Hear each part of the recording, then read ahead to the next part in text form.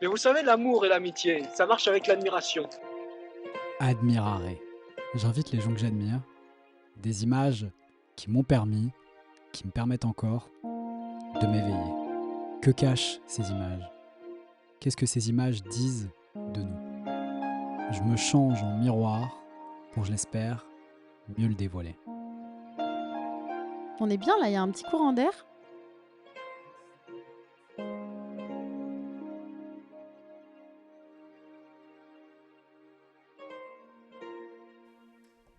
Alors, donc on va commencer avec une petite particularité, c'est qu'on n'a qu'un micro aujourd'hui puisqu'un micro vient de nous lâcher alors qu'on faisait les tests.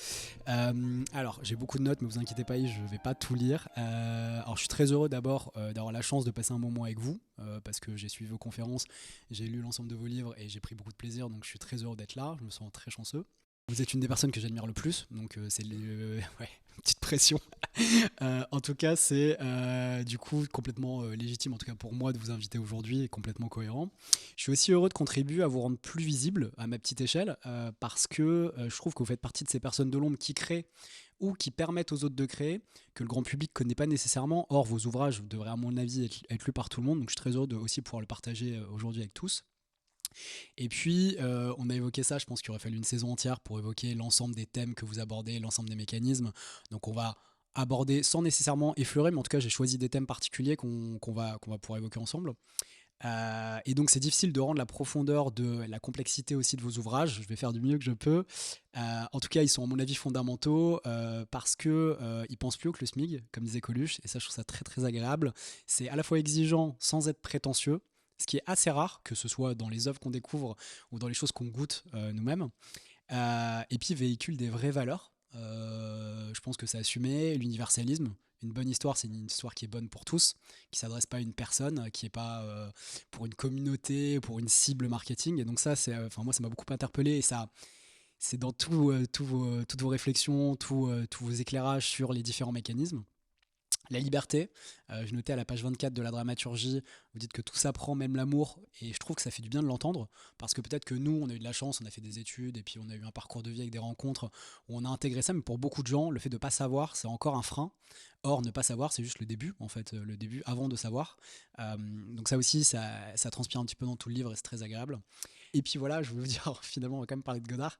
Euh, il dit justement, je crois dans la même vidéo dont on parlait, Bouillon de culture, avec Bernard Pivot, il dit que plus on explique les règles, plus on explique et finalement plus il y a de plaisir. Et il dit en fait, il cite Jean Genet qui dit, quand il découvre Proust, il dit à ce moment-là, je compris que je vais aller de merveille en merveille. Et donc plus on explique Proust pour Godard, et plus ça explique les règles de la dramaturgie, et plus à mon sens, ça va être merveilleux.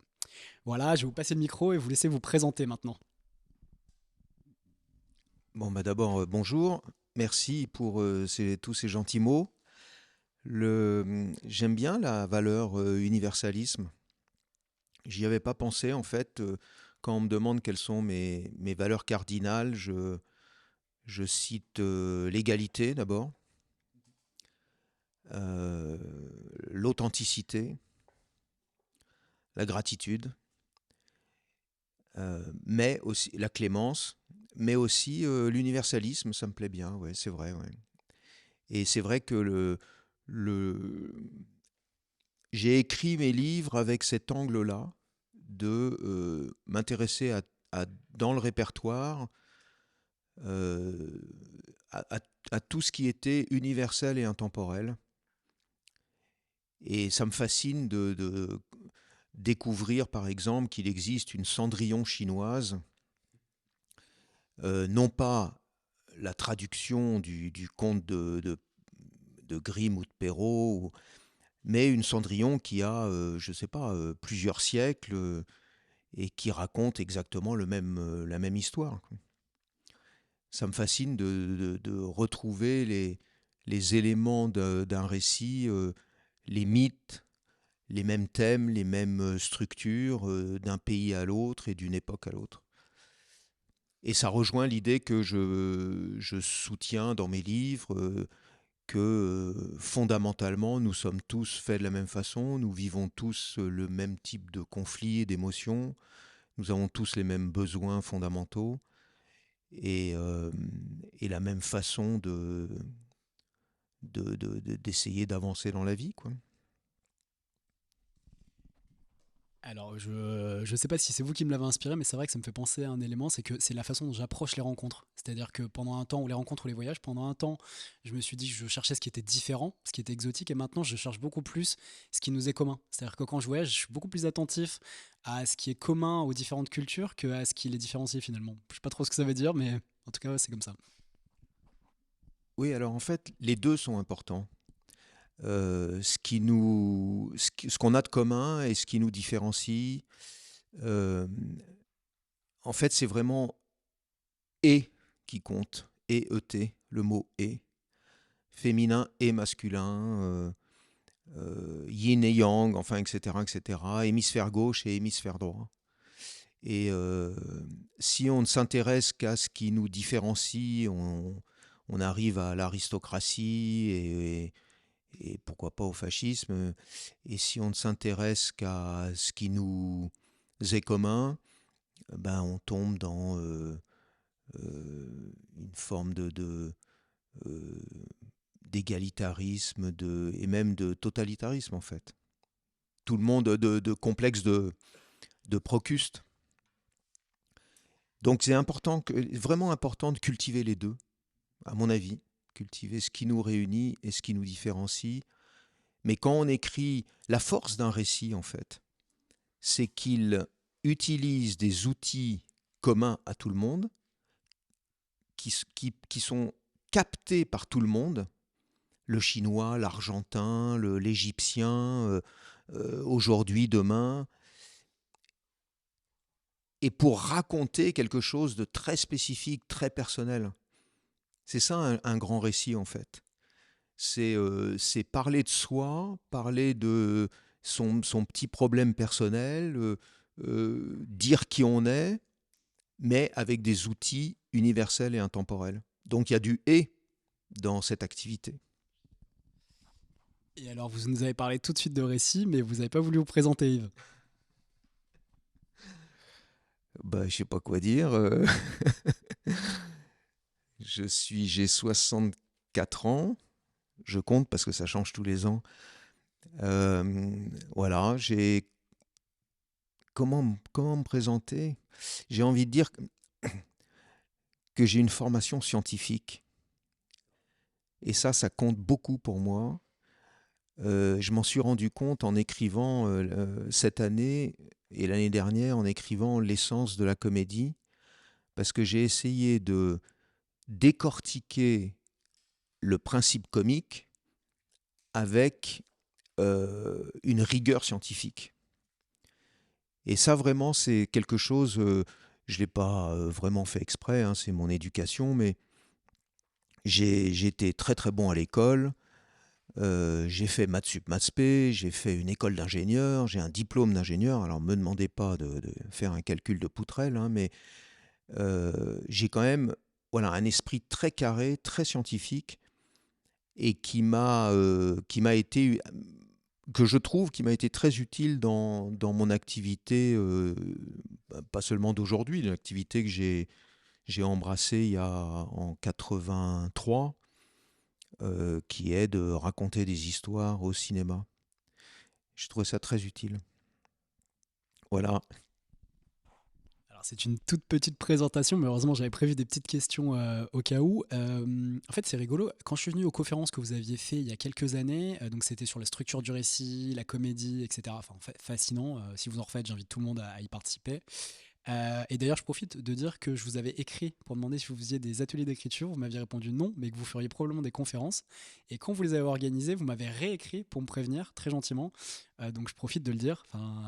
Et aussi de dire d'ailleurs, c'est vrai, vos livres sont à un coût extrêmement faible par rapport à la qualité et la quantité de travail qui est fourni. Et je trouve que quand on voit aujourd'hui les livres ou les beaux formats avec des belles images, etc., le Hitchbook par exemple, je crois il y a une soixantaine d'euros, ce qui reste aussi plutôt pas cher pour un aussi beau livre. Mais quand on voit par exemple les livres de développement personnel, etc., on va un peu en parler après, on y viendra. Je trouve que c'est des livres où on sent qu'il y a aussi un engagement, peut-être que ça rejoint l'universalisme qu'on évoquait au départ, mais je ne l'avais pas nécessairement noté dans mes fiches, mais je voulais le dire, c'est des livres qui sont pas chers. Et je vous remercie aussi de les vendre à un prix qui soit accessible pour tous. Mais pour revenir à votre présentation, moi, j'aimerais bien que vous expliquiez comment vous en êtes venu à étudier, donc après votre parcours d'ingénieur à Columbia, le scénario avec Milos Forman. C'était pas très courant en plus à l'époque, ni d'étudier le scénario, ni d'aller le faire aux États-Unis. Alors en fait, tout en suivant des études de nature scientifique, très très vite, très jeune, je me suis intéressé. En fait, je me rendais pas compte à l'époque, hein, mais je me suis intéressé aux histoires, aux bonnes histoires. Je pense que j'ai pas commencé avec le cinéma, je pense que j'ai commencé avec la bande dessinée. Euh, et puis assez vite avec le cinéma. Et je suis devenu cinéphile très très jeune, enfin, genre 13 ans. Mais cinéphile fou, hein, c'est-à-dire que je me faisais des week-ends Eisenstein à la Cinémathèque. Je voyais toute la filmo d'Eisenstein en 2 jours. Il y avait à l'époque beaucoup de cinéma d'art et essai. À Paris, il y en a un peu moins, mais les actions, par exemple, les cinémas actions, qui faisaient des festivals Orson Welles, des festivals film noir, des festivals Chaplin, Tati, Renoir, enfin, etc., etc. Et je fréquentais beaucoup, beaucoup, beaucoup les salles de cinéma.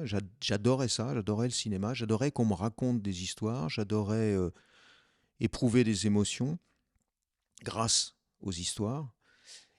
Bon, et puis en même temps, en parallèle, je suivais mon petit train-train scolaire, et comme ça marchait bien, j'étais poussé par mes parents à faire des grosses études, et c'est comme ça que je me suis retrouvé embarqué dans des études d'ingénieur, mais bon, j'ai mis 5 6 ans d'études supérieures à pouvoir dire à mes parents ça m'ennuie, ça m'embête, c'est pas mon truc, voilà, j'ai pas envie de faire ça.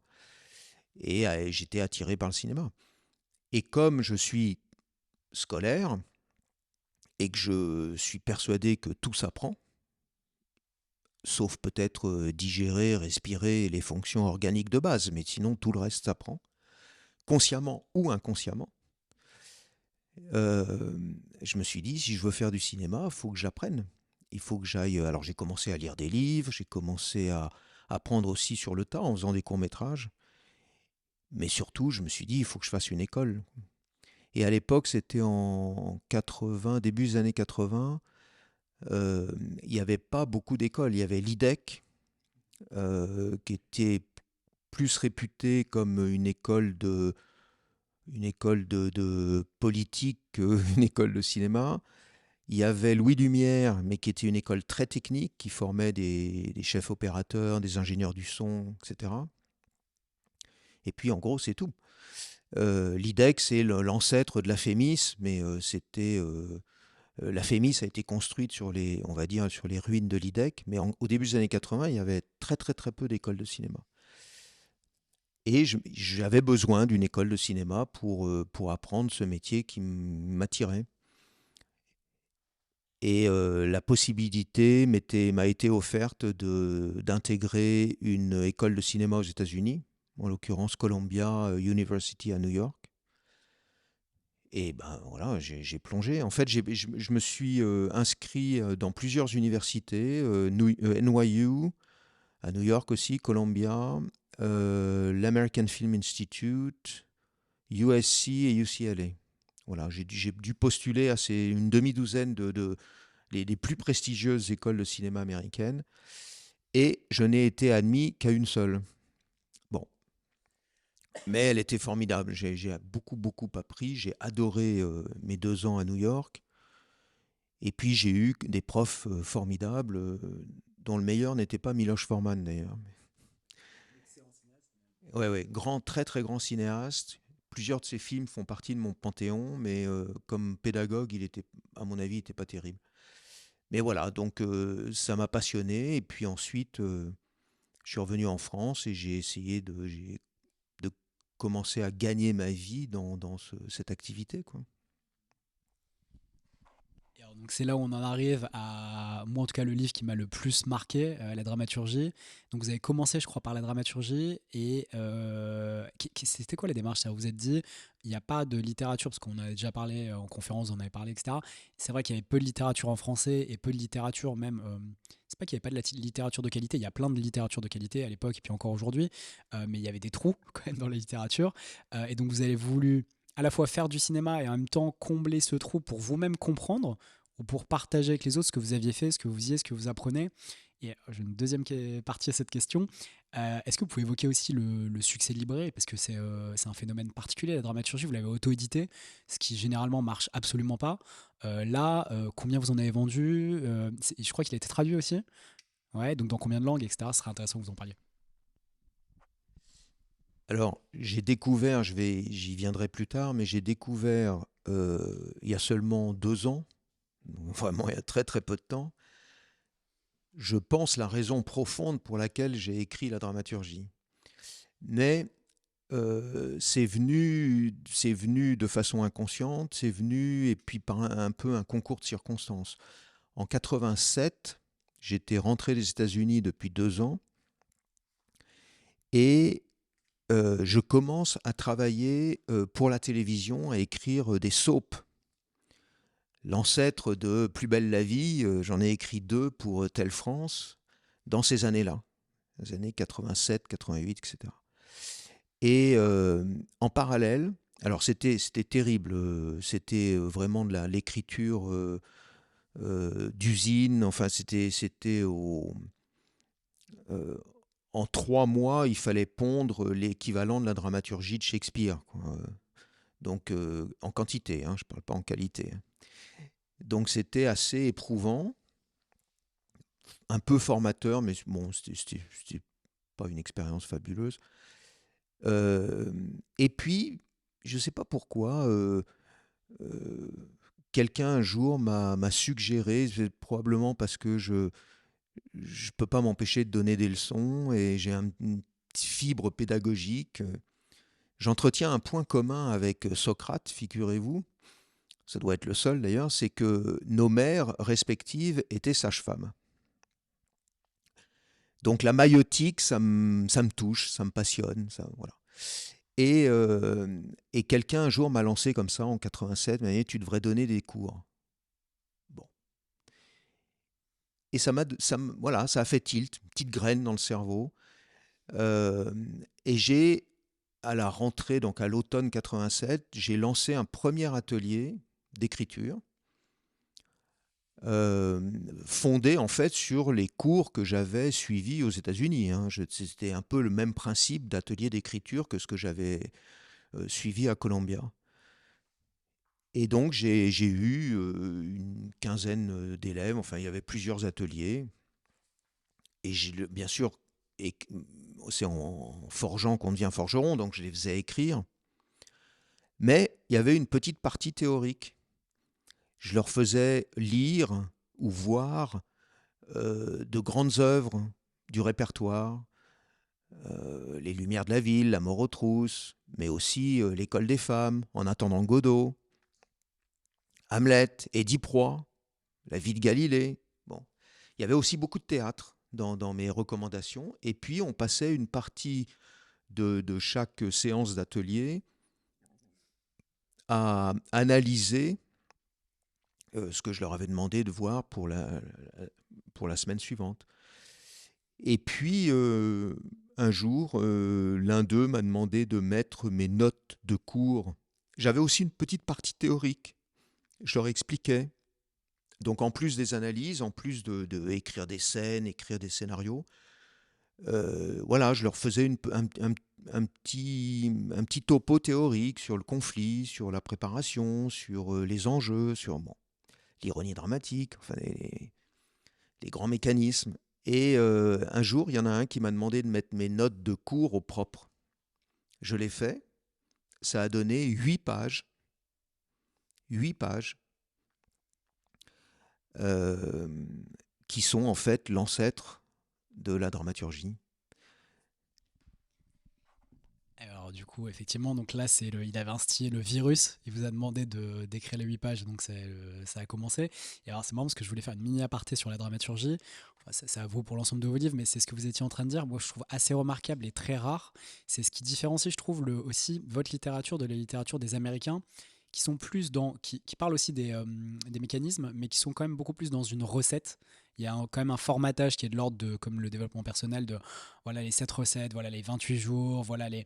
Alors que dans votre cas, c'est quand même beaucoup plus une sorte de Bible avec chaque thème découpé en catégories et ensuite en mécanismes et en sous-mécanismes, etc.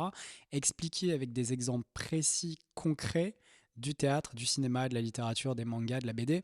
Et ça, c'est important de le dire parce que ça permet c'est ce que vous disiez en termes de pédagogie, de se poser la question de, il y a la théorie, voilà comment ça marche dans le concret, et je vous le montre, et on l'analyse après l'avoir vu fait par un maître, qui n'est pas un maître absolu, mais qui est un maître parfois sur un mécanisme ou sur deux mécanismes. Et ça, à mon avis, ça fait vraiment la différence. Je voulais vous dire aussi que c'est ce qui est merveilleux, je trouve, dans le livre.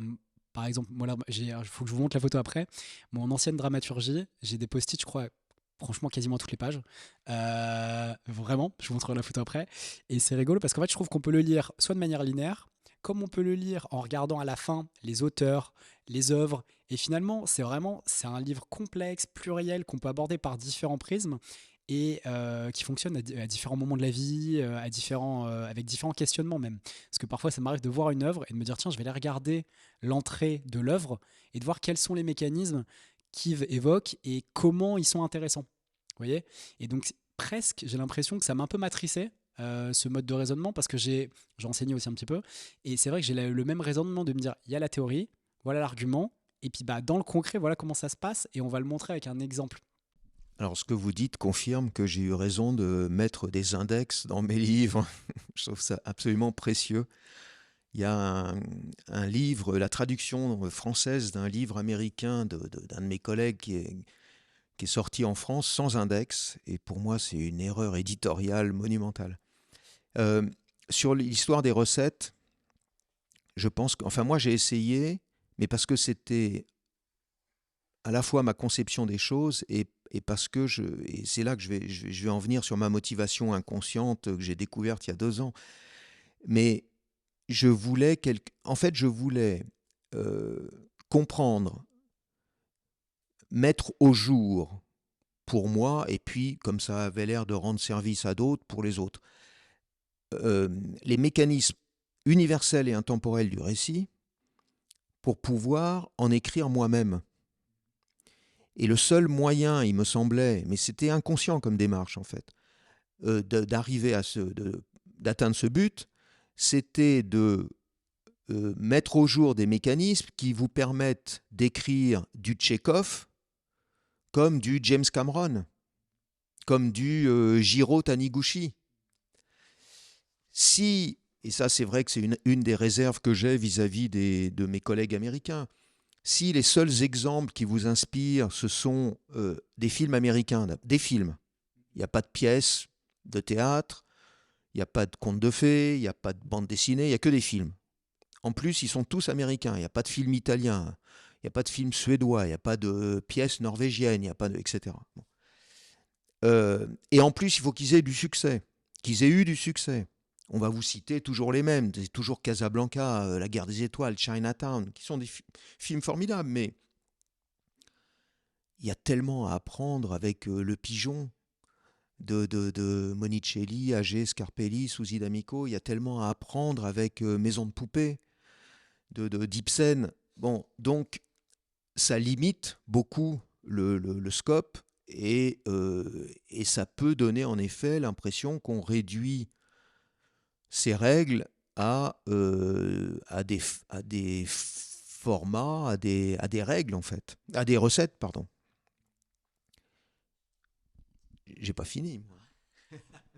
Non, je voulais juste compléter. Alors, on a un micro, donc c'est un petit peu rigolo aujourd'hui, mais je voulais juste compléter ce que vous disiez. Je suis d'accord sur toute la ligne, mais c'est vrai qu'en plus, dans ces livres, on cite très peu les cinéastes américains que moi j'aime le plus, c'est-à-dire les cinéastes européens qui ont immigré aux États-Unis, que ce soit Elia Kazan, que ce soit Lubitsch, ou enfin plein d'autres, qui ont fait du cinéma un peu différemment et souvent beaucoup plus réussi. D'ailleurs, le cinéma d'Européens qui ont immigré, ou Polanski, vous citiez Chinatown, extraordinaire. Pardon, Chaplin, vous disiez?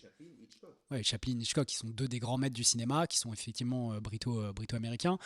Et bizarrement, on cite pas ceux-là. Alors que, mais probablement que parce qu'ils sont aussi moins formatés par la société américaine, ils représentent moins aussi parce qu'on pourrait, alors ça pourrait faire l'objet d'un podcast entier, mais finalement, le cinéma, c'est aussi un outil politique et c'est aussi un outil de projection du rêve américain. Et voilà, donc il y a aussi ça qu'on retrouve quand même beaucoup dans ces livres-là, alors que les vôtres, comme finalement les œuvres qui sont plutôt européennes ou américaines, mais faites par des Européens, elles ont beaucoup plus un... Moi je dis souvent, les Européens ou les Français, et d'ailleurs c'est pour ça que parfois on fait du moins bon cinéma, on essaie de chercher, on cherche une vérité, on cherche un sentiment, on cherche quelque chose, alors que les Américains sont quand même dans une propagande de les États-Unis, c'est le meilleur pays du monde. Et donc, on n'a pas aussi le même but dans la dramaturgie. Oui, oui, oui, il y a sûrement un agenda culturel chez ces auteurs. Moi, je suis très triste de voir que Lubitsch, Ernst Lubitsch, qui est pour moi l'un des plus grands cinéastes de l'histoire, un auteur extraordinaire, n'est plus cité. On n'en parle plus jamais. Quand vous faites un sondage aujourd'hui dans le cinéma américain, on vous demande quels sont les grands cinéastes. Alors bien sûr, c'est Tarantino et les autres qui vont arriver en tête, mais Lubitsch, Chaplin, on va finir par le retrouver, Capra, Billy Wilder, mais Lubitsch, c'est terminé. Terminé. Et c'est... Bon, mais tant pis pour eux. Donc moi, en 87, je me retrouve avec 8 pages, un petit vadémécum de 8 pages. Et puis, tout naturellement, le vadémécum, au fil des ans, au fil de mes sorties culturelles, au fil de mes réflexions, au fil de mon travail de scénariste, parce que je continue à travailler beaucoup pour la télévision pendant ces années-là, il s'enrichit, il s'épaissit. Je continue parallèlement aussi à animer des ateliers d'écriture, et je vois qu'il rend service, il est plutôt bien accueilli. Et le jour où j'ai dépassé 100 pages, donc ça devait être en 91-92, je me suis dit, je tiens un bouquin en fait. Bon. Et je l'ai encore nourri, amendé, etc. Et puis j'ai cherché un éditeur, puisque vous parliez de l'auto-édition il y a 2 minutes. Il y en a qui m'ont jamais répondu. Odile Jacob m'a jamais répondu. L'Arche m'a jamais répondu. Dixit, je crois, m'a jamais répondu non plus. J'ai trouvé un éditeur, Belin, qui voulait le faire. Sauf que il m'a dit, alors, on va le réduire, on va faire plus court parce que je voudrais l'intégrer à une collection sur les arts, donc il y a la musique, l'architecture déjà, etc. Donc il faut que ce soit plus court. Donc il fallait déjà réduire. Bon. Ensuite, on va changer le titre. Parce que dramaturgie, ça ne dit rien à personne. Alors, il faut savoir qu'en 93, on est en 93, le mot dramaturgie n'était absolument pas utilisé dans notre pays, mais vraiment par les gens de théâtre probablement, mais publiquement, on ne l'entendait jamais. Aujourd'hui, vous l'entendez dans la bouche de tout le monde, politique, journalistes, sportifs, et puis un peu aussi les gens du métier. Mais à l'époque, c'est vrai que le terme faisait très académique, très universitaire. Et il me dit, il faut changer, il faut mettre scénario dans le titre, c'est plus vendeur. Je lui dis, oui, vous avez raison, c'est probablement plus vendeur, mais c'est pas très honnête. Parce que je cite... vous savez quelles sont les œuvres que je cite, j'ai calculé ça un jour, que je cite le plus souvent dans la dramaturgie? Les 3 œuvres. Alors, Maison de poupée, non. Édipe Roi, ouais. Bravo. Hamlet et Cyrano de Bergerac. Les 3 œuvres que je cite, alors après je les cite parfois juste comme ça dans une liste ou parfois en détail, mais il se trouve que les 3 œuvres que je cite le plus souvent dans la dramaturgie, ce sont 3 pièces de théâtre. C'est pas honnête de mettre scénario dans le titre. Donc j'ai dit à Monsieur Belin, bye bye. Et puis, je me suis auto-édité. J'ai créé une société d'édition et de production d'ailleurs, parce que c'est une société qui a coproduit par exemple mon premier long métrage en 2001. J'avais cet objectif d'ailleurs de faire de la production aussi avec. Et donc j'ai créé Le Clown et l'Enfant en 93-94 pour m'auto-éditer. Voilà. Et j'ai pas fait d'études de marché. J'y suis vraiment allé au culot en me disant mon vadémécum, là, mes 100 pages, enfin ça faisait maintenant 120, 150, je sais plus, 200, ont l'air de rendre service. C'est vrai qu'à l'époque, il y avait très très très peu de bouquins sur le scénario en France. Sitfield n'avait pas été traduit. Trouby, Mackie, pas encore édité. Il y avait un bouquin de Jean-Paul Torok de 86 qui s'appelait Le scénario, mais qui était plus un historique de la question du scénario qu'un manuel. Et puis il y avait le premier livre que j'ai lu moi sur le sujet, qui s'appelait un livre de 79-80, je crois, ou 81, qui s'appelait Comment écrire et vendre son scénario, de Tudor Eliade. Alors Tudor Eliade, je pense que c'est un auteur d'origine roumaine, pour ça qu'il a un nom un peu exotique. Et en fait, c'était un plagiat du premier livre de Sitfield.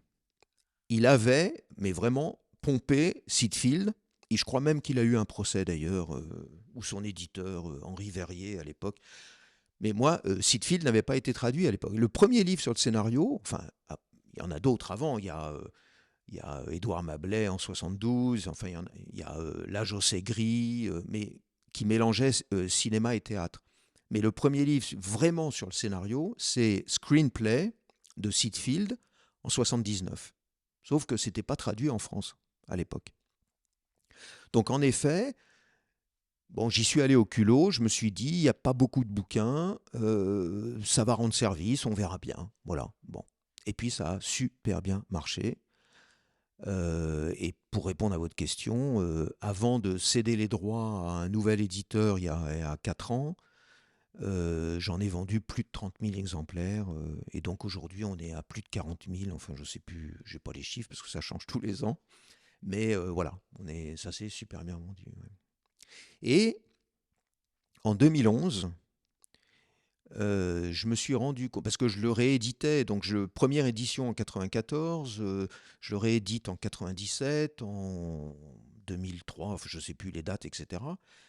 Et puis en 2011, je me suis rendu compte que la partie pratique, en l'occurrence pour ceux qui ont les livres, les chapitres 16 et 17, vraiment passage à l'acte, quoi. Je vous expose la théorie, puis maintenant, si vous voulez écrire un scénario ou une pièce de théâtre, voilà comment s'y prendre. Chapitres 16 et 17. Bon. Et je me suis rendu compte que cette partie-là était noyée dans l'ensemble du livre, dans le corpus théorique. Et donc j'ai extrait ces 2 chapitres, et puis je les ai développés. Il faisait 40 pages dans l'édition originale, pour en faire 200 pages, et c'est devenu Construire un récit. À la même époque, j'ai aussi j'ai extrait un autre chapitre, une annexe, l'annexe 23, je crois, chapitre 23, sur l'évaluation du scénario, et c'est devenu Évaluer un scénario. Voilà. Et il y a 2 ans, ou 3 ans, je ne sais plus, alors que je venais déjà de céder les droits de ces livres aux Impressions Nouvelles, donc qui est mon nouvel éditeur, eh bien, je me suis rendu compte que la dramaturgie, construire un récit, évaluer un scénario, et aujourd'hui l'essence de la comédie, finalement, je les ai écrits pour me constituer une méthode d'écriture perso. Donc, inconsciemment, c'était une démarche égoïste. Alors, je suis ravi que ça ait rendu service à plein de gens, mais en fait, inconsciemment, j'ai écrit les livres que je n'ai pas trouvés en 80. Voilà. Ces 4 livres-là, ce sont les livres que j'aurais aimé trouver il y a 40 ans, quand j'ai abandonné mon parcours scientifique, ingénieur, et que j'ai voulu me lancer dans le cinéma, et que j'ai pas trouvé, il y avait franchement pas grand-chose à l'époque, et ben j'ai fini par les écrire, et ça a été un marathon. Alors merci pour ces éléments. On comprend du coup effectivement la trajectoire de votre personnage. Et puis c'est rigolo parce que je ne sais pas si vous avez lu, j'imagine que oui, mais la promesse de l'aube de Romain Gary. C'est rigolo. À la fin du récit, finalement, il revient sur sa vie, c'est autobiographique, et il se rend compte que son désir profond, c'était l'impossible atteint et réalisé. Donc une forme d'absolu, voilà, qu'il a trouvé dans l'engagement dans la résistance, qu'il a trouvé dans la diplomatie, qu'il a trouvé surtout dans l'écriture.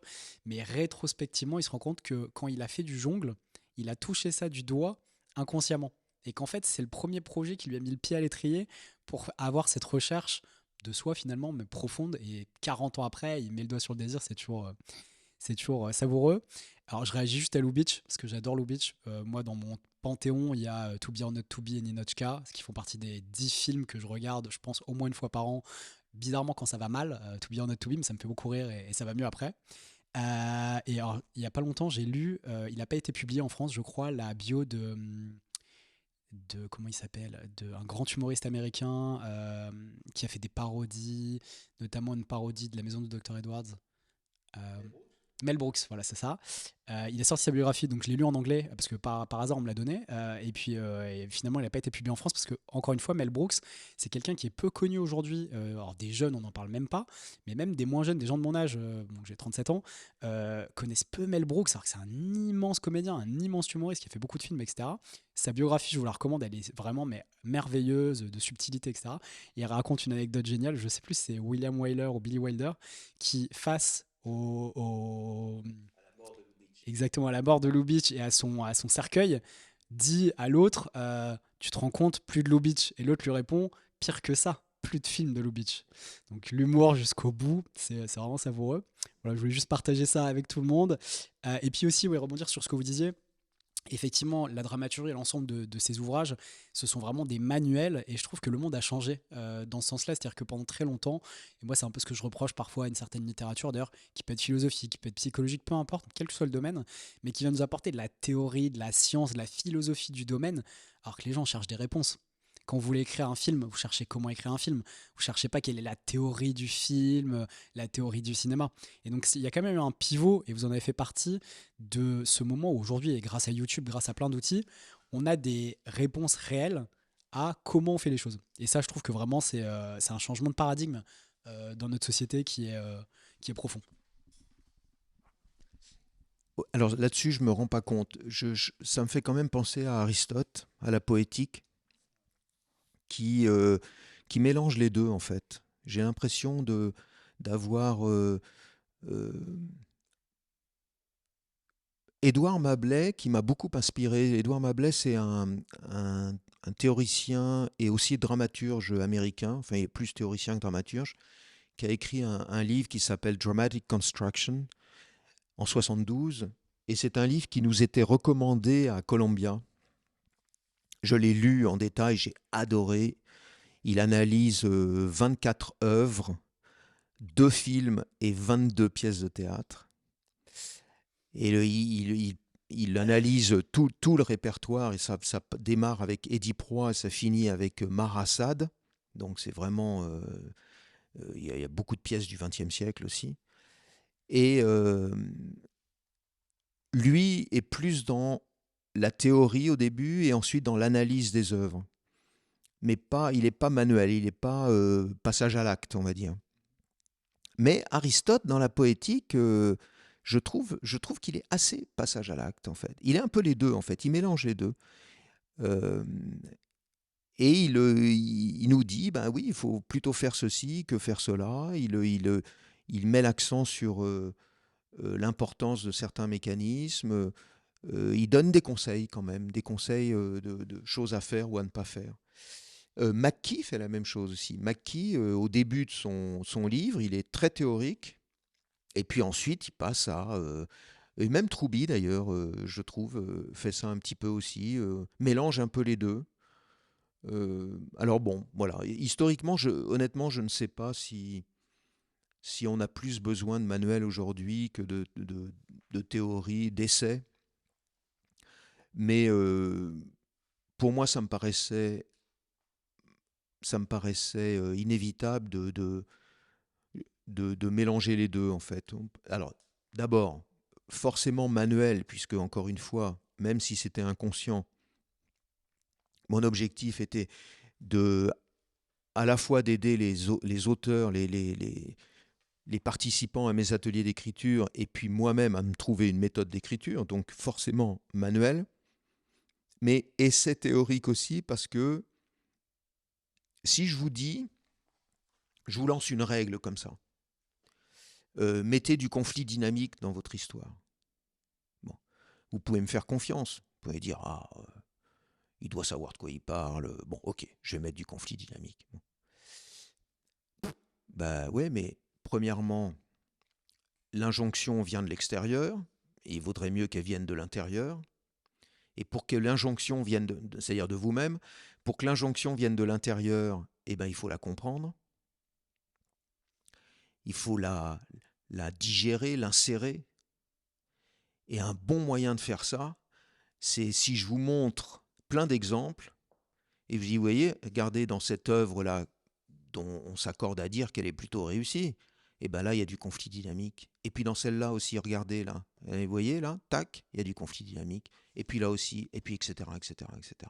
Et donc, je pense que mélanger, ça va de soi en fait pour moi. Je ne pense pas qu'on puisse se contenter de dire faites ceci, faites cela, sans expliquer pourquoi. Ben, il y en a peut-être qui le font, mais chers auditeurs, vous ne voyez pas la tête de Michael, mais il fait des gros yeux dubitatifs. Et il y a un truc qui m'a, dès le début, dès que j'ai commencé à faire ce petit vadémécum de 8 pages qui est devenu 500 pages, un truc qui m'a paru fondamental quand j'ai écrit ces ouvrages, c'est que je ne voulais pas me contenter de dire je constate la présence de tel ou tel mécanisme dans le répertoire et donc j'en déduis une règle. Parce que je vois qu'il y a du conflit, je vois qu'il y a de la préparation, je vois qu'il y a de l'ironie dramatique à profusion, et ben j'en conclus une règle, mettez du conflit, faites ceci, etc. Il faut, entre les deux, il faut une étape intermédiaire qui pour moi est capitale, qui est comprendre la raison d'être de cette présence. Je constate qu'il y a du conflit dans les grandes œuvres du répertoire dramatique. J'essaye de comprendre pourquoi il y a du conflit, la raison d'être de ce conflit. Et si je trouve que c'est juste, c'est justifié, seulement alors j'en déduis une règle. Et cette démarche-là, je l'ai dans tout le livre, dans tous mes livres, et je pense qu'elle est précieuse, parce que sinon, ça devient... le risque, en fait, si vous n'essayez pas de comprendre la raison d'être de la présence des mécanismes, c'est d'être dans l'arbitraire, en fait, et dans l'autoritarisme, et finalement Après tout, vous pouvez dire je constate la présence de tel mécanisme dans ces œuvres-là, mais peut-être que si on cherche bien, on ne les trouve pas ailleurs. Peut-être que la liste de vos exemples est biaisée, est subjective, et forcément, elle est en partie subjective, bien entendu. Moi, j'ai un panthéon comme tout le monde. Donc, c'est risqué de ne pas faire ça. Oui, alors je suis d'accord et pas d'accord, comme souvent. Et d'ailleurs, je me souviens que j'avais pas été d'accord parfois quand j'avais suivi vos conférences, c'était rigolo. Mais justement, le fait que vous citiez les œuvres et que vous donniez l'endroit, c'est-à-dire précis, parce que ça je le redis, c'est-à-dire la minute dans le film ou la partie exacte de la scène où vous interprétez que ce mécanisme a telle conséquence de créer de l'identification avec les personnages, etc., etc., ça permet de contredire et donc d'avoir un débat contradictoire qui permet de bonifier le livre, de bonifier la réflexion, de bonifier l'écriture de scénario. Je- Ça me fait penser d'ailleurs à. Vous parliez d'Édipe tout à l'heure, c'est ma pièce préférée, je la trouve parfaite, entre guillemets, même si la perfection n'existe pas, mais en tout cas, c'est celle que je préfère. J'ai lu toutes les versions qui existent. Je sais pas si c'est grâce à vous d'ailleurs, je sais pas si je la connaissais avant, si je l'ai relue, découverte différemment. Mais vous voyez, je trouve que ça fait partie des œuvres qui gagnent aussi à être expliquées parce que quand on vous dit Édipe roi, déjà la plupart des gens disent Oedipe parce qu'ils savent pas qu'on dit Édipe, et moi je l'ai appris aussi tardivement. Et puis c'est Sophocle, donc c'est les grands grecs, c'est impressionnant, etc. Alors que quand on décortique et qu'on explique les mécanismes, à quel point c'est merveilleux, à quel point c'est libérateur, à quel point ça nous parle de nous, ça nous parle de nos émotions. Or, des émotions, on en a tous. Et là, il n'y a plus de barrière. Là, il y a juste qu'à profiter de l'œuvre. Et c'est à ça aussi que je trouve les mécanismes servent, enfin même principalement, j'ai l'impression, pour se donner un matériau pour écrire, mais aussi pour apprécier les œuvres et puis la vie, les personnes, etc. Oui, oui, bien sûr. Je ne veux pas pousser à la consommation, mais je pense que mes livres s'adressent pas uniquement aux gens qui ont envie d'écrire. Ça, ça, ça s'adresse aussi aux cinéphiles, aux théâtrophiles, aux BDphiles, aux gens qui ont envie de mieux comprendre les œuvres, et puis même aussi, d'après les retours que j'en ai, mieux comprendre pourquoi ils aiment ou pas les œuvres, pourquoi ils sont ennuyés, pourquoi ils ont été émus. Et voilà, donc ça c'est bien aussi pour ça, ouais. Ça peut servir ce but-là. Vous me faites une super passe décisive parce qu'après j'ai toute une liste de choses que j'ai apprises grâce à vos livres, mais apprises dans la vie ou sur moi-même. Et je trouve que c'est une très très bonne façon d'en parler parce que ça sert à ça, enfin, de voir des films, de lire des livres, etc. Et donc j'ai pris des exemples très précis, je fais un petit teasing, j'ai appris que j'étais drôle grâce à vous. Et donc je raconterai après pourquoi. Alors, je fais juste une micro aparté. En préparant, je me suis rendu compte d'un truc. Effectivement, j'ai beaucoup comparé, et je crois que je l'ai écrit quelque part, mais j'ai sauté parce que sinon on va durer 4 heures. Je compare beaucoup vos livres à la poétique, effectivement, parce qu'il y a tout ce que vous dites, c'est-à-dire la théorie, la pratique, et puis aussi l'exhaustivité, parce qu'on a perdu les pièces grecques dont parle Aristote, mais en tout cas, c'est basé sur des pièces réelles.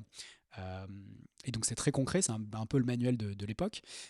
Mais je me suis fait une scène dans ma tête, je me suis dit, on pourrait imaginer une situation de la planète des singes où une société plus lointaine que la nôtre finalement redécouvre votre livre, vous voyez, et redécouvre un petit peu à la fois la façon dont on racontait les histoires dans le passé et les grandes œuvres, un peu comme la poétique, vous voyez, enfin, les œuvres sont perdues, mais de redécouvrir voilà, comment les hommes du 21e, du 20e, 21e siècle racontaient les histoires, qu'est-ce qui leur procurait des émotions, et puis tous les grands sujets, les grands thèmes, comment ils les abordaient, l'état de la société. Voilà, je me suis fait cette image-là, je sais pas si vous voyez ce que je veux dire, mais je pense que ce serait drôle. Et il y avait aussi l'idée derrière de j'ai envie que les gens découvrent ces livres parce qu'à mon avis c'est un peu un trésor d'humanité caché, voilà, c'est ça que je voulais dire. Bon, ben, c'est gentil, mais euh, deux petites réactions. D'abord, l'œuvre que Aristote préfère et cite le plus souvent dans la poétique, par chance, c'est une œuvre qui nous est parvenue. C'est Édipe roi de Sophocle. On a perdu Sophocle, on estime qu'il a écrit 80 pièces à peu près, et on n'en a que 8. 8 ou 9 ou 8 et demi, je ne sais plus exactement, dont probablement l'une des meilleures, ou la meilleure, puisque c'est celle que Aristote, donc Aristote c'est à peu près 350 avant Jésus-Christ, et Sophocle c'est un siècle avant, Aristote n'arrête pas de citer. Donc on a cette chance inouïe qu'il cite certaines des pièces qu'il cite sont perdues en effet, mais Édipe roi, c'est pas le cas. Et puis pour le reste, je sais plus ce que je voulais rajouter. C'est pas grave. Je profite aussi pour une deuxième aparté, puisqu'en fait c'est mon podcast, je fais ce que je veux. Une des raisons pour lesquelles, et je voulais vous le dire, j'ai eu envie de faire ce podcast, c'est le Hitchbook, c'est-à-dire donc les entretiens d'Hitchcock avec Truffaut, enfin, Truffaut qui interroge Hitchcock. Et il n'y a pas longtemps, je suis tombé sur les enregistrements qui ont été retrouvés dans les archives des films du Carrosse, donc la société de production de Truffaut. Et donc ils sont sur YouTube, je les mettrai en lien, j'invite tout le monde à les écouter, parce qu'au-delà de aimer le cinéma, pas aimer la dramaturgie, c'est vraiment l'échange de deux maîtres de leur discipline, un maître confirmé et un maître naissant, avec, on entend tout, c'est-à-dire vraiment génial, il y a le magnéto-cassette qui est posé sur, on les entend discuter du déjeuner qui va suivre, on entend Hitchcock fumer, et donc inspirer et expirer. Et il y a vraiment un truc merveilleux. On voit aussi Hitchcock qui donne l'idée de la nuit américaine à Truffaut. Donc pour les gens qui aiment le cinéma ou pour tous les gens qui aiment Hitchcock, qui ont envie de découvrir, c'est vraiment un truc merveilleux. Et c'est ce qui m'a donné envie de faire ce podcast. Ce qui colle avec ce que vous disiez, parce que les pièces d'Aristote ont été perdues et on a perdu quelque chose forcément de la dramaturgie grecque. Et aujourd'hui, c'est assez rigolo. Quand j'enseignais, je me rendais compte de ça. Beaucoup de jeunes connaissent très très peu ce qui s'est passé il y a un siècle, il y a 50 ans ou il y a 30 ans. Et ça m'inquiétait beaucoup. J'ai l'impression qu'il y a une rupture en ce moment entre... on vit dans une époque où on a beaucoup d'informations de manière permanente. Et donc c'est vrai que c'est plus difficile de faire le tri. Et donc ils ont tendance à se concentrer sur ce qui est au présent, ce qui est aussi une bonne chose. Mais c'est vrai que le passé prend beaucoup moins d'espace, alors que là, finalement, Aristote il commente une œuvre qui a 100 ans. Donc ça invite aussi à réfléchir sur notre temporalité, notre rapport aussi au passé. Oui, bah, c'est ça que je voulais dire. La deuxième petite réaction, c'est si mes livres donnent envie de découvrir Édipe Roi ou Maison de poupée d'Ibsen, qui date de 1879, je crois, ou La vie de Galilée de Brecht, ou Sainte-Jeanne de Georges Bernard Shaw, je serais enchanté. Enchanté. Quand j'ai animé mes premiers ateliers d'écriture, je me souviendrai toute ma vie en 88, c'était 88-89, j'avais donné à mes élèves, je leur avais donné Hamlet à lire pour la semaine suivante. Et il y avait dans l'atelier un jeune homme de 18 ans. En début d'atelier, la semaine suivante, il vient me voir, il me dit « J'ai adoré ». Alors là, j'ai failli fondre en larmes parce que adorer Shakespeare, c'est pas toujours facile, hein. Bon, j'ai adoré. Bon, après, il m'a donné une raison qui, qui m'a paru un peu douteuse. Il m'a dit « Il y a plein de morts ». C'est vrai qu'il y a plein de morts, quasiment tout le monde meurt dans Hamlet. Mais bon, il n'y a pas non plus des morts dès le début, quoi. Il faut quand même faut rentrer dedans. C'est la pièce la plus longue de Shakespeare. Bon, il avait adoré. Et ça, être le passeur de ça, ça n'a pas de prix, quoi. Ouais, je suis mille fois d'accord. Et puis, on en revient à ce que vous disiez tout à l'heure. Quand vous avez commencé à écrire la dramaturgie, vous êtes fait prendre par le virus. Probablement qu'il a attrapé le virus aussi avec Hamlet. Et il n'y a pas de plus belle. De... Oui, alors mes ateliers, ils ont aussi servi à autre chose. Je me souviens d'une femme qui s'appelait Maude et qui, si elle nous écoute, je l'embrasse, et qui a découvert, grâce à mon atelier, qu'elle n'était pas faite pour l'écriture et qui, quelques années plus tard, est devenue peintre et s'est épanouie dans la peinture. Et elle m'a écrit d'ailleurs, donc quelques années plus tard, elle m'a dit « Grâce à toi, j'ai compris que c'était pas ma voie et je l'ai trouvée ». Génial, non ? On l'embrasse. On aura hâte j'ai hâte de voir que vous me partagez, de voir un petit peu ce qu'elle peint. Oui, en fait, c'est transformant. C'est-à-dire le fait de se confronter à la littérature, à des grandes œuvres, à ce que ça raconte de l'être humain, ça transforme et c'est l'essentiel. Alors, il y a plein de choses que je veux aborder. Il y a des thèmes. Le premier thème, c'est le récit. Mais comme je vous le disais un petit peu tout à l'heure quand je suis arrivé, je ne vais pas rentrer dans le détail des mécanismes parce qu'il y a aussi des gens, des profanes qui vont nous écouter. Je veux surtout qu'ils comprennent pourquoi le récit c'est important, pourquoi c'est sacré à mon avis. Et donc, c'est plus ça que j'ai envie d'évoquer. Alors, j'ai une question toute simple. Yves, est-ce que vous pouvez nous dire, vous, avec vos mots, qu'est-ce que c'est un récit et surtout, en quoi c'est important le récit? Alors, j'ai une définition simplissime du récit. C'est une action humaine difficile. Et les 4 mots comptent, y compris une unité d'action. Une action humaine difficile. Et ça rejoint un autre élément important de la définition, enfin de mes développements sur le récit, c'est que le récit n'est pas nécessairement une fiction. Il y a des récits dans la vie de chacun est un récit complexe, riche, multiple, etc., où il n'y a pas qu'une action difficile, il y en a plein. On pourrait dire que la vie d'un être humain, c'est plein de récits, c'est un grand récit fait de plein de récits. Quand vous ouvrez, vous allumez la télé ou les réseaux sociaux, ce que vous voudrez, le streaming, pour avoir des infos, vous avez des récits, plein de récits. Plein de récits. La vie est faite de récits, en fait. Je sais pas, je pense à l'affaire Strauss-Kahn. Quand elle démarre, c'est un coup de théâtre, un incident déclencheur, coup de théâtre. C'est phénoménal. Et ça devient un feuilleton. Et tout est feuilleton. L'attaque des terroristes du Hamas le 7 octobre dernier, c'est un extraordinaire incident déclencheur. Et ça démarre un feuilleton avec des conséquences. Et c'est un récit. Donc la dramaturgie, elle préexiste au théâtre et au cinéma, elle préexiste à la fiction.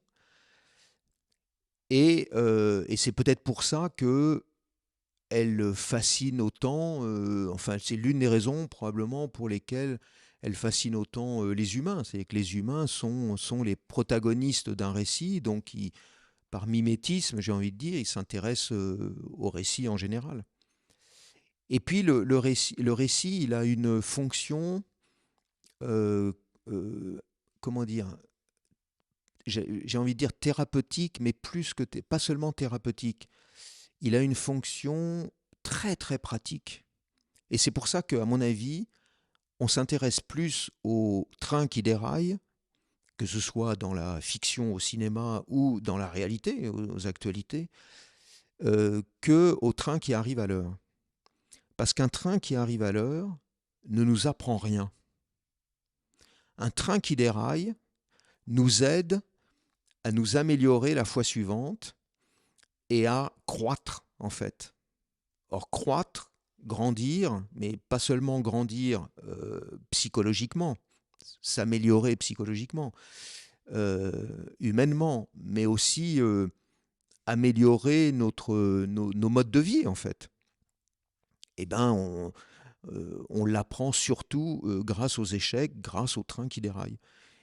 Et je pense que c'est pour ça que mettre en scène des trains qui déraillent, pour moi, ça n'a jamais été, ou même, on peut se plaindre, par exemple, que les journaux télévisés ne parlent que de malheurs et de problèmes, et que les journaux de bonnes nouvelles, ça n'existe pas. Je me souviens, Carl Zero, il y a 20 ans, avait lancé sur Canal+ le journal des bonnes nouvelles. Et, bon, alors déjà, à mon avis, il tenait pas sa promesse, c'est-à-dire que l'une des infos du journal des bonnes nouvelles, c'était bonne nouvelle pour Jacques Chirac, il ne fera pas de prison. Bon, c'est pas une bonne nouvelle, ça, c'est une bonne nouvelle pour Jacques Chirac, mais pas pour nous.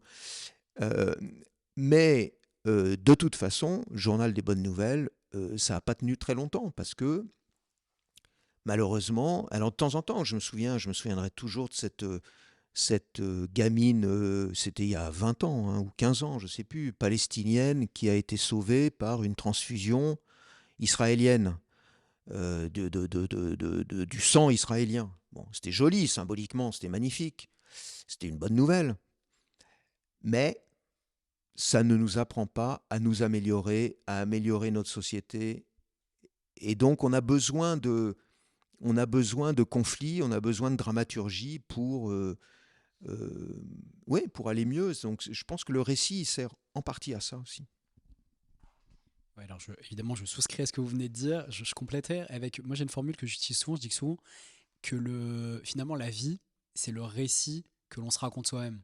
Et à l'intérieur de ce récit que l'on se raconte soi-même, il y a des dynamiques qui changent, il y a une évolution, on se raconte une autre histoire au fur et à mesure, parce qu'à la fois on comprend mieux la vie, on se comprend mieux soi, et puis aussi parce que on veut aussi se raconter une histoire qui parfois s'accorde un peu plus à nos désirs ou à ce qu'on est capable de se dire à soi. Et justement, le récit, sous toutes ses formes BD, manga, etc., il nous permet de mieux comprendre notre interaction avec notre propre vie et d'actualiser ce propre récit personnel. D'ailleurs, dans vos livres, il y a toujours une très très grande interaction entre la psychologie, dont je sens que vous êtes un grand fervent lecteur, et sous toutes ses formes, thérapie brève, psychanalyse, etc., et le récit, puisque les deux sont liés. Et donc, il y a 3 points que je voulais évoquer. D'abord, dans la dramaturgie, vous dites que le récit doit aider à vivre. Or, la thérapie, c'est ça aide à grandir, ça aide à vivre, à mieux vivre en étant plus serein. Et puis, je ne sais pas si vous avez vu ce documentaire qui s'appelle Le dinosaure et le bébé, C'est Godard et Fritz Lang qui s'interviewent l'un l'autre. C'est assez savoureux. Ça dure 1 heure, c'est très bien fait en français. Fritz Lang a travaillé son français pardon, pour faire l'émission. C'est vraiment très très beau. Et puis c'est beau aussi de voir Godard extrêmement respectueux, extrêmement déférent vers Fritz Lang et Fritz Lang qui l'admire beaucoup. Donc c'est un très beau document. Et Fritz Lang a ces trois grades. Il dit finalement le récit ça doit d'abord distraire. Ça doit être une petite sucrerie comme un pain au chocolat. Ensuite, ça doit être thérapeutique, ça doit provoquer de la catharsis, et puis, idéalement, ça doit instruire. Ça doit rendre les êtres humains, plus tolérants, etc. Ce qui me fait penser que le récit, moi en tout cas, c'est ce qui me plaît le plus, c'est quand c'est proche du rêve. C'est-à-dire que c'est quelque chose qui est proche, éloigné, sans que j'arrive à en mettre les limites, sans que ce soit complètement conscient. C'est pour ça que j'adore Hitchcock personnellement, parce que la frontière, elle est toujours très ténue. Et pour revenir avec ce que vous disiez sur le récit de la Palestinienne qui reçoit le sang israélien, moi, c'est un truc qui me rend dingue. Je m'énerve tout seul. Ma copine me voit m'énerver tout seul dans mon coin.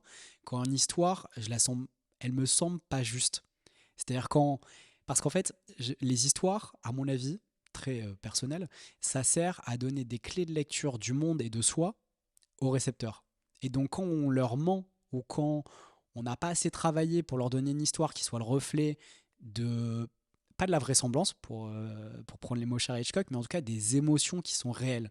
On peut raconter une histoire qui est complètement fausse, complètement fantastique, etc.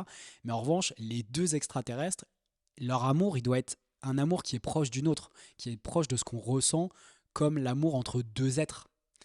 Et quand c'est pas le cas, ça me rend dingue. Et vraiment, je m'énerve tout seul parce que je me dis, ils n'ont pas assez travaillé, ou pire, ils se moquent du spectateur.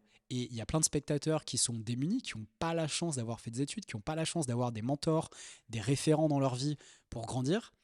Et on leur donne ça, et ils pensent que ça, c'est la réalité, que c'est la vérité, alors qu'en fait, c'est tout autre chose. Et ça, je trouve ça dégueulasse, pour le dire.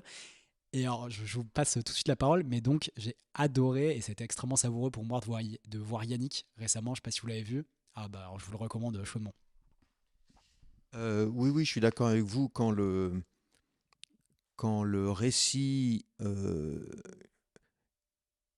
donne une impression de fausseté, on peut ressentir comme une trahison, en fait.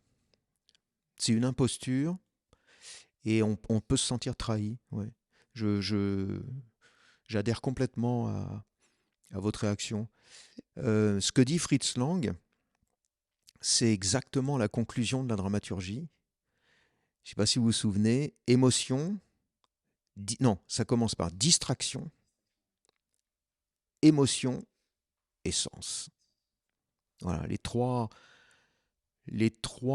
éléments qu'apporte le récit et qu'à mon avis réclament les récepteurs, les spectateurs, lecteurs, auditeurs. Je suis complètement d'accord. On y reviendra dans la dernière partie sur la comédie, parce que moi, c'est un de mes plus grands problèmes. Je crois être drôle, mais en revanche, j'y viendrai après, mais j'ai cru pendant très longtemps ne pas être drôle parce que je suis très difficile à faire rire. Je suis un public exigeant en termes de comédie. Pour les raisons que vous venez d'évoquer, c'est que je veux bien que quelqu'un tombe de sa chaise et qu'éventuellement on essaie de me faire rire avec ça si ça génère du sens. Si ça me dit quelque chose de ma nature humaine, de la nature des autres, etc. Mais si c'est juste un gag vide de sens, ça m'amuse pas. Et donc je trouve que c'est beaucoup plus difficile de trouver une bonne comédie. Et plein de fois j'ai envie de rire, voilà. Et donc c'est pour ça que je regarde To Be or Not To Be ou Ninotchka. Mais parce que c'est drôle, mais ça génère tellement de sens. Et puis le recul d'être capable d'écrire en 1940 une comédie sur les nazis, alors qu'on est soi-même juif allemand, et qu'on a fui l'Allemagne nazie, je trouve ça d'un panache et d'une liberté. Rien que ça, presque, ça vaut le détour. Et donc, passe décisive, parce que mon point suivant, c'était est-ce que le récit, finalement, est quelque chose de sacré? Et un autre film qui est dans mon panthéon, dans mon top 10, c'est L'Armée des Ombres de Jean-Pierre Melville, qui, à mon sens, est le plus beau film sur la résistance, le plus juste, même si, évidemment, j'ai pas vécu ces événements-là.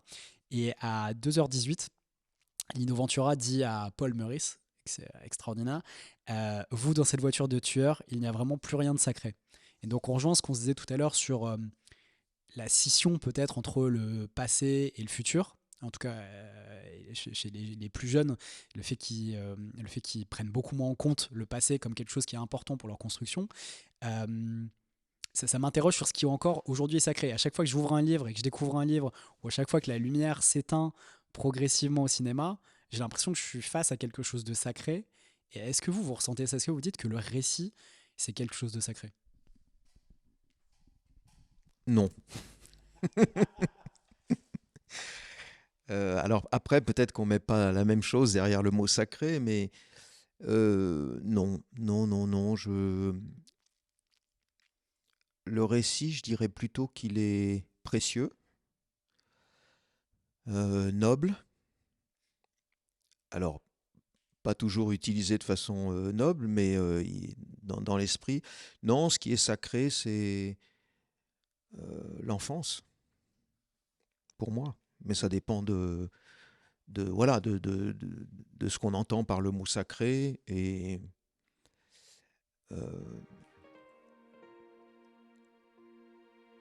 mais pas le récit.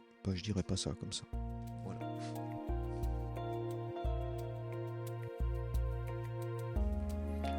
Merci de nous avoir écoutés, j'espère que vous avez kiffé, que vous avez appris des choses et peut-être même pris conscience d'autres choses. Si c'est le cas, n'hésitez pas, partagez ce podcast avec vos proches et si vous voulez me suggérer des invités ou des thèmes d'entretien, sur ce sujet je suis particulièrement à l'écoute. Et si vous avez des remarques ou des commentaires, vous trouverez les coordonnées du podcast et les miennes dans la page de description de l'épisode. À bientôt pour justement le prochain épisode.